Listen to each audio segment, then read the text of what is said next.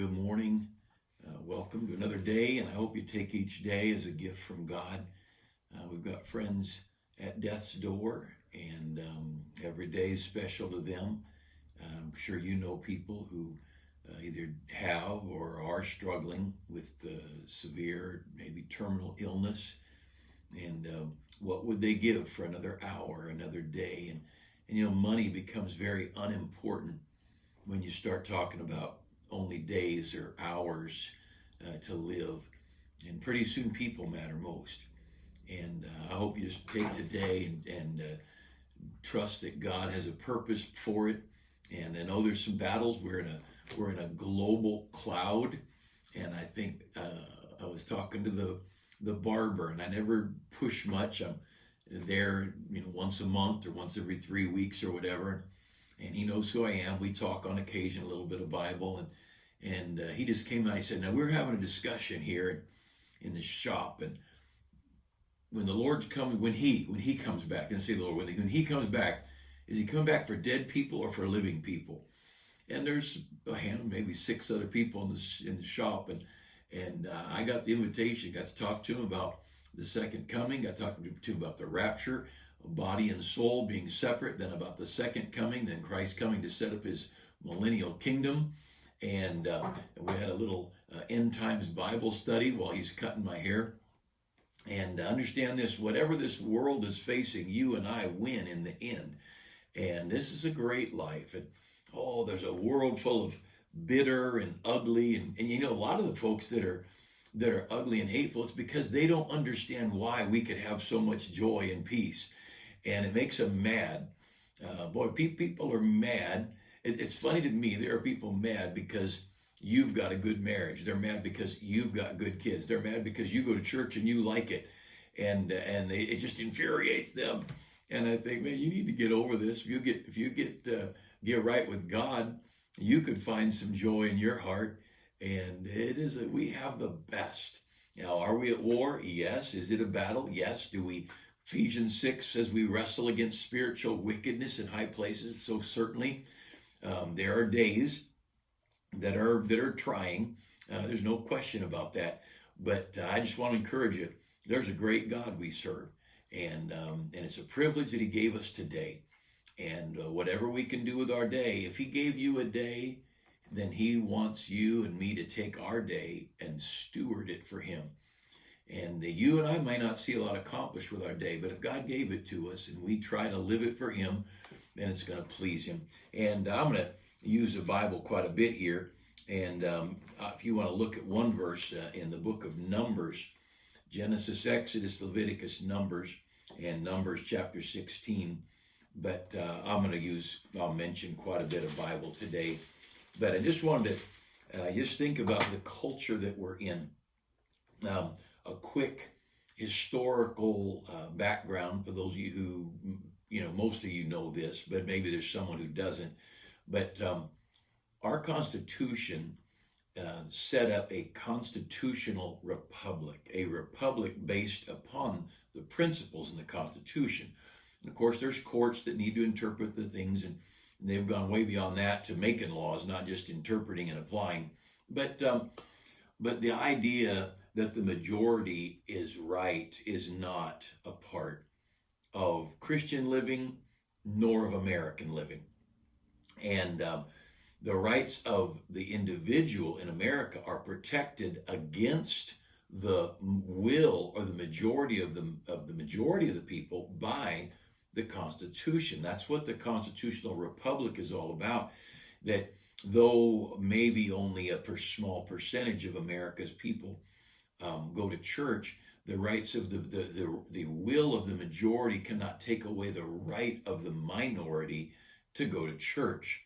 And so unless the minority are violating clear-cut laws established by that Constitution, then those individuals are protected, though they be a minority.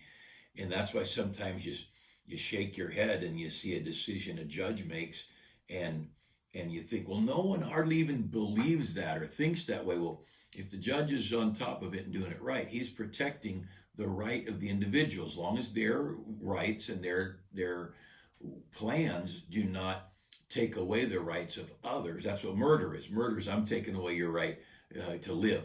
And theft, I'm taking away your right to enjoy your possessions. So those things become wrong. Life, liberty, and the pursuit of happiness are the three basic things upon which constitutionally everything else is based. Biblically, it's a little different, but the idea of the rights of the opinions of the majority being right. Let me just give you a couple examples. How many people were on the ark? 8. Noah, his wife, Ham, Shem, and Japheth and their wives. 3 boys, 3 daughter-in-laws, mom and dad. 8 people on the ark. How many people were outside the ark? A whole bunch. Who was right? The minority was right. And here in Numbers chapter 16, and I was just reading this, and I may take a whole sermon and deal with this chapter. It's just an amazing chapter. There's stuff in here, and I think, wow, this is so appropriate to the day in which we live. But Korah, he's a cousin of Moses and Aaron. So Moses and Aaron were given the leadership of the people of Israel. Those, their brothers. Aaron's the older brother, Miriam the big sister, Aaron the big brother, then Moses. And then their dad's brother, his son, was Korah. And Korah had a very important position. His family was a part of caring for the temple, tabernacle. The temple is a physical building. The tabernacle is the tented structure that was moved and set up and moved and set up, where the temple was the actual stone building. And so he had a job, but he wasn't in the priesthood. They weren't offering sacrifices. And Moses was the very clearly established person saying, this is the will of God. This is where God wants to go, what he wants to do. And that was certainly not Korah's job. Well, Korah got mad about it. He got Dathan and Abiram and some other guys, and he got 250 nobles, some very people of esteem, you know. Sometimes someone will establish, well, it's not just me. These very important people think this way too. Well, you know what? I don't care if the whole world's important people think it. If God says different, all those important people are wrong. And that's the case here. But I want you to notice just one simple verse in Numbers 16:19. And Korah gathered all the congregation against them unto the door of the tabernacle of the congregation. So against them, meaning against Aaron and Moses and Aaron in that order in verse 18. So Korah gathered all the congregation together against Moses and Aaron. And so very clearly, the majority was very, very wrong. You read the story pretty quick, God starts killing people, and there's a whole bunch of dead bodies on the ground before things get settled. And God makes it really clear. Now there's a whole lot of examples in the Bible that we could talk about, but we understand that the majority does not establish right and wrong. You take the story of Daniel, and Daniel was lied about by the other princes and the other people in leadership. There's a king, and he got these different people from different countries to help him rule over all these nations to try and keep peace. Well, Daniel, because of his wisdom, his excellent spirit, he was promoted above the others. These guys were jealous and angry. And there again, where do you find jealousy and angry? When people wish they had another guy's position. Envy. Envy is a horrible, horrible sin. And so they went to the king, flattered him. Hey, why don't we make a law that anybody that prays to anybody but you, for the next 30 days, we're going to throw him in the lion's den. And the king, being an arrogant, flattering man, flatterable man, a man that loves to be flattered, he says, oh, good law. So he stamps it. And then they go watch till Daniel prays. They knew Daniel was going to pray 3 times a day. That's what he did. That's what his religion was all about. And of course, he gets thrown in the lion's den. That was the majority, right or wrong. One in the lion's den, everybody else out. Who was right? Daniel, the one in the lion's den. You could read about David's life at 1st and 2nd Samuel, and his boy Absalom had a problem, and I could speculate why he had a problem with his dad, but that's irrelevant. Absalom led a rebellion, took a long time, sat outside town, outside the gate, and when people were bringing their disputes, their problems, their grievances to the king, they had to sometimes travel a great distance and to get the king's help to solve problems. And Absalom said, oh, I wish I was in charge, tell you what I'd do. And by the way, when someone says that, your little antennas should go up. They're a critic right off, and it might be an accidental statement, but very often they're intentionally trying to tear down leadership, and they're seeking something that's not theirs. And if I was a king, if I was in leadership, I'd make sure you had a deputy right in your own little town. You wouldn't have to take this long trip. And little by little, he won the hearts of the people, of the men of Israel. And when he got enough behind him, then he went to these soldiers and these leaders, and he got the priest, and he got Joab and different people with him. And Joab wasn't with him yet, but later. But one after another, these men got together. Joab's actually the one that ended up killing Absalom, but he gathered together leadership, and then he declared, "In this day we're all," and they're going to take over, and they take over Jerusalem, and Absalom's going to kill his dad. Well, David doesn't want to fight his own boy, and David takes off out through that probably through that eastern gate. Jesus is going to come through one day. It was open at that time. Down through the valley of Kidron, up the Mount of Olives, grieving, weeping, heartbroken, his own son. And by the way, just because somebody's family members doesn't like them, don't believe them. It might just be their family members are corrupt like Absalom was. And a very sad day, a difficult day for David. The end of the story, Absalom got caught in a thicket of trees by his long old hair, and he's hanging in his hair. And word comes back to Joab. Joab goes out, takes 3 spears and throws them through Absalom, kills him, got him hanging there in the tree dead. The majority may have gone with Absalom, but the majority were not right. And it's important that we understand, like Paul said, all have sinned and come short of the glory of God. Just because people, all of them run around together, doesn't mean they're always right. Understand this, lynch mobs. In the old days when they'd go lynching someone, a lot of the people in the lynch mob didn't even know what it was. It's just the crowd. It's we a part of the crowd, and the rioters and protesters, so often they are not even in on the cause. They're just this loud riotous thing, and they like wild, crazy living, and they like a good fight. And the majority will come together, and also a lot of people will say things, write things, or do things in a crowd they would never do eyeball to eyeball. And that's what's wrong with social media, is people will join in with the masses on social media, and they'll say things they can't document, they could never prove. They'll repost things they don't even know about. A lot of these riots that are just recently, there was one in Washington, and very small protest, and the media covered it, and trying to make conservatives look bad. Well, they found out about half the crowd, or a very large number of the crowd, were all sent there by the White House, and they are in casual clothes, and they're trying to look like they're a part of the protest, and it's just a mess. Understand this, that the majority is not always right. You just cannot allow this. Now, remember the story of Job. Job lost first thing he lost was his children and his businesses. All of his businesses, his wealth, his livestock, all that, and his 10 children died. And brokenhearted, he said, "The Lord gave and the Lord hath taken away. Blessed be the name of the Lord." And then his health goes. And if you read through Job, you find that his friends went away from him. Now, we know 3 of his friends did come and sat with him. Most of the book is about Job and his friends. There's a 4th that comes along as well. But the 3 main friends, the older friends that came, and they were pretty hard on Job and corrupt. But in Job, you read his friends abandoned him, the poor that he had relieved abandoned him, the widows that he took care of abandoned him, and Job was very, very much alone, except for God. And at one point, Job said, I wish I could see him. I wish I could. He said, I know he's here, but he's working around here, but I just wish I could see him, and I'd like to present my cause to him. And Job was so alone and so abandoned. And yet, Job was right. And Job stood. And in the end, Job's friends were begging mercy for Job and asking Job to forgive them. And God richly, richly blessed Job's life. Remember that recently Larry Elder was running for the governor in California.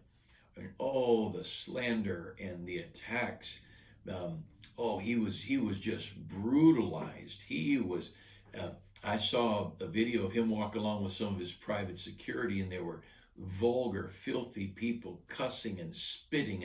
And I saw this one female, not a lady, this female hit one of his security guards. I thought at that point he should have shot her. I just slapped her something. I don't know what rights you have in security when you're being attacked, when your job is to protect. I don't know what, but something should have happened. And she just got off. Nothing happened to her as far as it appeared. But Larry Elder, slandered and lied about an attack. Well, the problem is he's a conservative. That's number one. Number two problem, he's black. And number three problem, he was outspoken. He had no problem saying what he thought. And I've heard him say it, many people have heard him say it, the problem with America's homes are the fathers. And if we can get the dads back in the homes, we could fix these messed up homes, but whatever race they might be.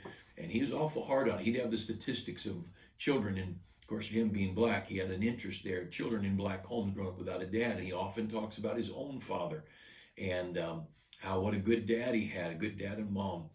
And boy, that a conservative black who's pro-family and is telling the fathers, get back in the home where you belong, and who is pro-education, get your kids into good schools, private schools, whatever.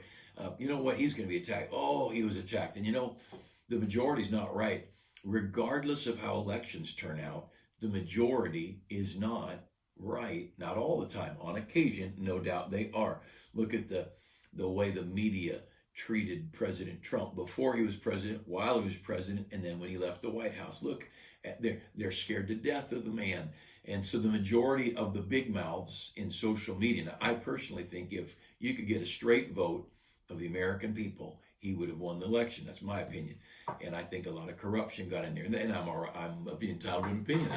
Just my opinion. I don't know why I just base it on, here's a guy that couldn't get 100 people at a meeting, and here's a guy that couldn't find buildings big enough for the tens of thousands. And I'm kind of thinking the guy that gets 50, 60, 70,000 together once, twice, three times a day, should be able to win the election. But you know what? It's not who votes, it's who counts the votes. That's what I think Lenin or Stalin said that.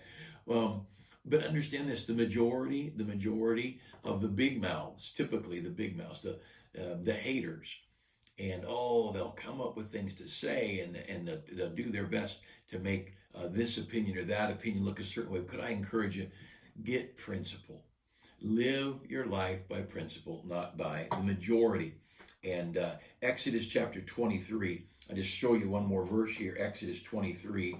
And I like this, that God, right in the middle of a whole bunch of do's and don'ts, and be this and don't be that, and in Exodus 23, he lists some things. In verse 1, he says, "Thou shalt not raise a false report. Put not thy hand with the wicked in an unrighteous witness." Just statement after statement. Don't you lift up a false report. Don't you lie about somebody. Boy, I love it. We have a just God, and he's going to straighten out things. And but I like verse 2. "Thou shalt not follow a multitude to do evil." Thou shalt not follow a multitude to do evil. Just because there's a bunch of people doing it doesn't mean you should. I've seen rioters where windows get broken into stores or doors broken in, and people are coming in and carrying stuff out. And the first ones in and out, they're the lawless, corrupt, they don't care. But as others that would never think of breaking into a store watch, it goes on more and more and more, and they're thinking, well, nobody's getting caught, nobody's in trouble, I just will get mine too. Now they're bad, but they're not bad like those first people, because these people probably wouldn't have done it had there not been the majority there. And that's what he's talking about here in verse 2. "Thou shalt not follow a multitude to do evil." You know, we ought to teach our children this. We ought to let our kids know standing for principle is the most important thing. If the Bible says it, we'll stand for it. We're going to stand on doing the right thing. And if people like it, fine. If they hate us, fine. But we're going to stand for the right thing. And living a life of principle and being very careful. Just because the majority of the Supreme Court justices vote a certain way doesn't mean it's right. It means it's what the laws of our land have established. But we all know that they're man-made laws, and they're not all perfect. And there's certainly some injustices done. And throughout the 250 years or so, the last 250 years, we've seen some very wrong laws made. During the early days, they were worse. There were laws about, there's all kinds of laws that were wrong in the early days. And they were trying, and I think people have been some very sincere people trying to get good laws. But the problem is you got men involved, and you got greed and selfishness. And I don't mean men male, I mean mankind involved, because I can tell you, I've seen the women in politics have been maybe more vicious than the men I've seen in politics. You know, a man might shoot you, but a woman will destroy you. And these politicians, they get involved, they get power hungry, and they'll destroy, and oh, what a mess. And look, you know what I love? I've got a God to follow. I've got a book to follow. And in my case, I've been blessed to have some of the greatest people older than me, my parents, pastors, people that are older Christians, that I've had them around, that I can follow their principles. And principled living. You don't want to let the majority lead you. You just decide to follow the right path, and you'll find yourself in the right at the end of the story. Have a great day. Thanks for taking a few minutes together today.